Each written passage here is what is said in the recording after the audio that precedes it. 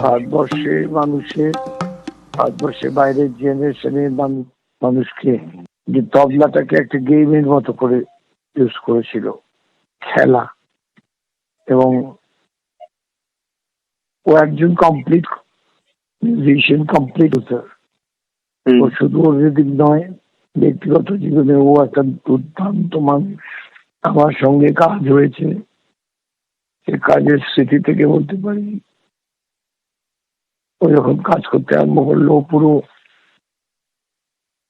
ভারতবর্ষের সঙ্গীতকে পাল্টে দিয়েছিল।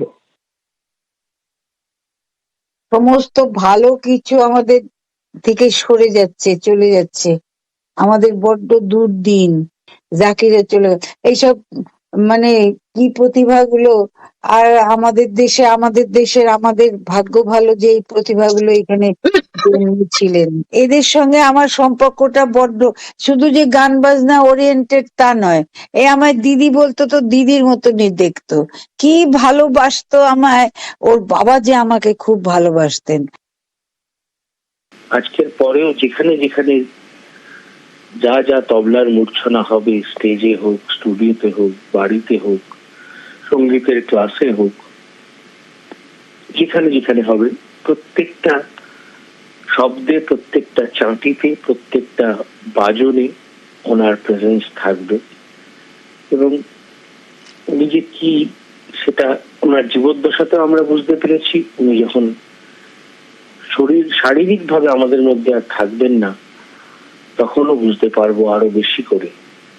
আমি ভাগ্যবান যে ওনাকে আমি চোখের সামনে এবং কানে, নিজের কানে ওনাকে শুনতে পেরেছি।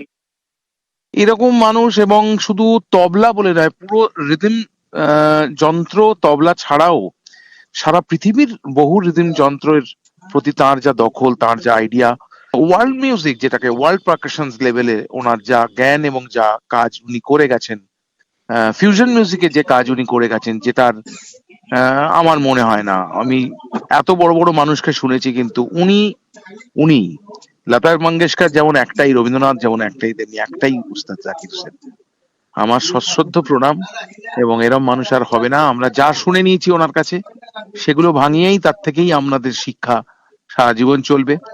তাই উস্তাদ জাকির হোসেনের কোনো রিপ্লেসমেন্ট হয় না, কোনোদিনও হবে না।